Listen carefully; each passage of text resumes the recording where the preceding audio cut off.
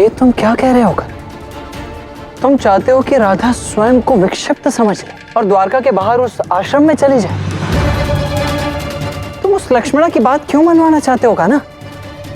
मुझे तो विश्वास ही नहीं हो रहा कि ये तुम कह रहे हो कान्हा कि राधा को द्वारका से बाहर भेजा जाए। विश्वास इसलिए नहीं हो रहा क्योंकि आप मेरे इस कृत्य को समझ नहीं पा रहे ना दाऊ। देखिए, ये कार्य अत्यंत आवश्यक है, इसलिए करना पड़ रहा है। राधा को ये मानना होगा कि वो कृष्ण के प्रेम में बावरी हो चुकी है। किंतु क्यों कान्हा? राधा को कोई भ्रम थोड़ी ना हुआ है, ये तो तुम कर रहे हो ना, साक्षात तुम। फिर तुम क्यों चाहते हो कि उस लक्ष्मणा और उसकी कुटिल बुद्धि पर हम राधा को विश्वास दिलाएं? कान्हा, तुम समझ नहीं रहे हो। ऐसा करके हम राधा को और गहन संकट में डाल देंगे। वो लक्ष्मणा राधा को ऐसे ही उस आश्रम में नहीं भेज रही है, अवश्य कोई कुटिल योजना होगी उसके पीछे। और मैं जानता हूं ये योजना क्या है, किंतु कृष्ण की योजना के समक्ष किसी और की योजना नहीं टिकती ना था। ये भी तो आपको ज्ञात है। जो कर रहा हूं वो आवश्यक है था, एक अत्यंत महत्वपूर्ण कार्य है और वो तभी संभव होगा जब राधा द्वारका के बाहर जाएगी। ठीक है कान्हा, किंतु भय इस बात का है कि कहीं इस खेल में राधा को कोई आघात न पहुंच जाए। ऐसा नहीं होगा। उचित है, किंतु कान्हा, यदि राधा को ज्ञात हुआ कि इन सब के पीछे योजना तुम्हारी थी, तो वो तुमसे अत्यंत घृणा नहीं करने लग जाएगी? नहीं करेगी। संसार कर्म देखता है, किंतु राधा कृष्ण का मर्म देखती है, उसके मन को देखती है, उसकी मंशा समझती है। संसार में कोई भी मुझसे घृणा कर सकता है, राधा कभी नहीं कर सकती। अनंत काल से मुझसे प्रेम करती आई है, अनंत काल तक वो करेगी। अंत में सदैव मुझसे प्रेम ही करेगी वो। राधा की इसी प्रेम की शक्ति से और तुलसी के तप से मैं पुनः लौट आ सकता हूं। तो अंत में देखा जाए तो मैं वही कर रहा हूं जो राधा चाहती है।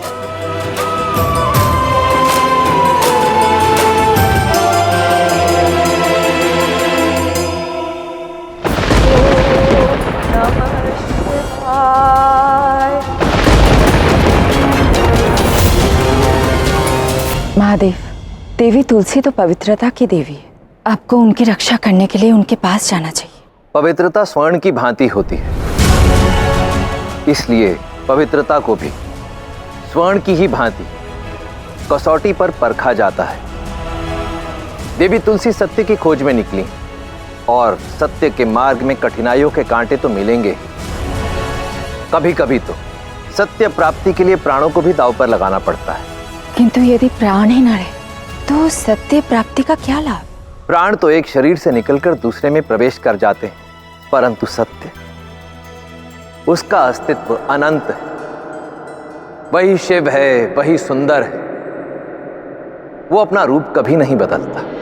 शरीर बदला है परंतु सत्य नहीं, और सत्य की प्राप्ति के लिए कठोर संताप तो सहना ही होगा। महादेव, कृपा करें, मुझे सत्य से अवगत कराइए।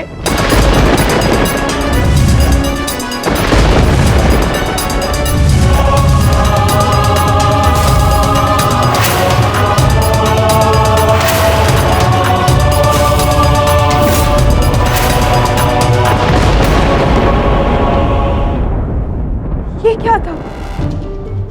वो तो मैं थी और मेरे साथ कृष्ण, किंतु मैंने कृष्ण का ये रूप पहले तो नहीं देखा और उसको ऐसे प्रेम से भी मैंने कदापि नहीं देखा है। ये कैसी माया है?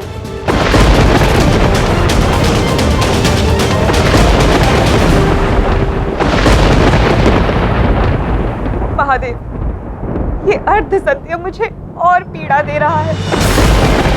मुझे पूर्ण सत्य दिखाइए। इस अर्ध सत्य से तो मृत्यु ही अच्छी है। महादेव, प्रकट हो, सहायता करो, मति दो या मृत्यु दो। जाइए महादेव, देवी तुलसी ने पर्याप्त पुण्य किए आपके दर्शन करने के लिए। जानता हूं गौरी, परंतु मैं फिर भी नहीं जाऊंगा। क्यों महादेव? ये सत्य है कि मेरे प्रभु का भौतिक रूप शिला बन चुका है, परंतु मेरे आराध्य तो संसार के कण कण में व्याप्त है। मुझे सर्वत्र उनके अस्तित्व की अनुभूति हो रही है गौरी। महादेव आइए, अन्यथा मैं संकल्प लेती हूँ, मैं यही प्राण त्याग दूंगी, प्राण त्याग दूंगी।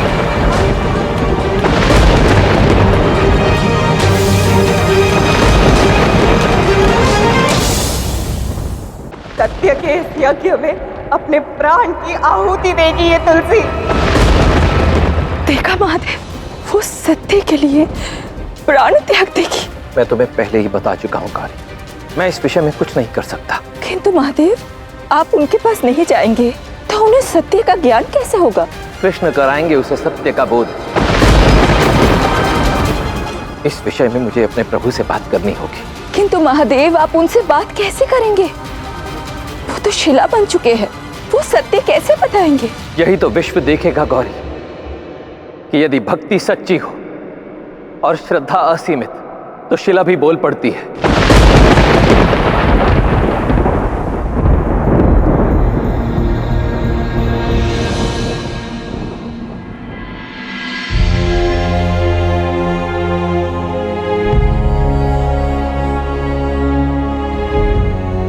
आप सब लोग मुझे इस प्रकार क्यों देख रहे हैं? क्या बात है? श्री राधा, हमें भी बांके के दर्शन करने हैं। कहाँ है वो? लक्ष्मणा, मैं अभी बांके से मिलकर ही आ रही हूँ और वो तुम सबके जाने के पश्चात वहाँ पर आया था। तुम तो सभी द्वारका वासियों को लेकर वहाँ से चली गई थी। थोड़ा धैर्य रखना चाहिए था ना। ठीक है ना श्री राधा, अब हम सबको बांके की एक झलक तो दिखा दीजिए। बांके यहाँ नहीं आएगा, मैं उसे नहीं बुलाऊंगी और मेरा उससे कोई संबंध नहीं। मैंने कह दिया उसे यहाँ से लौटने को।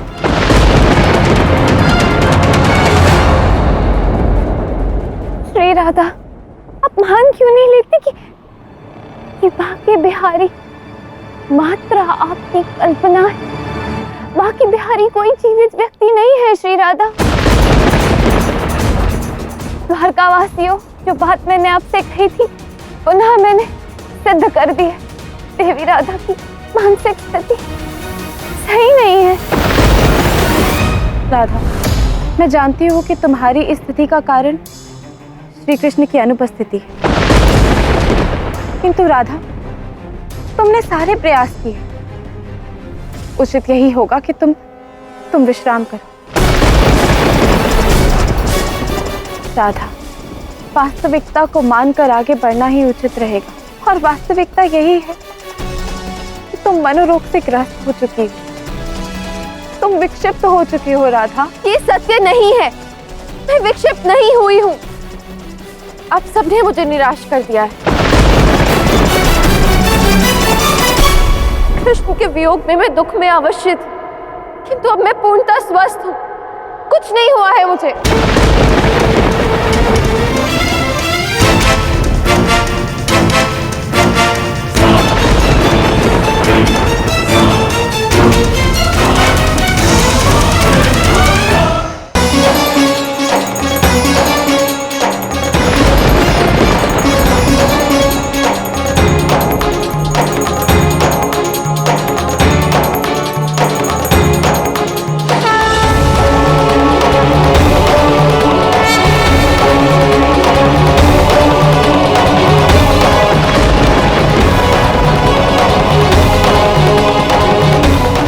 हे प्रभु, जब से आप इस शिला में परिवर्तित हुए, संपूर्ण प्रकृति शोक में डूबी हुई है, संतापित है। कृपया शीघ्र लौट आइए प्रभु, अन्यथा अनर्थ हो जाएगा।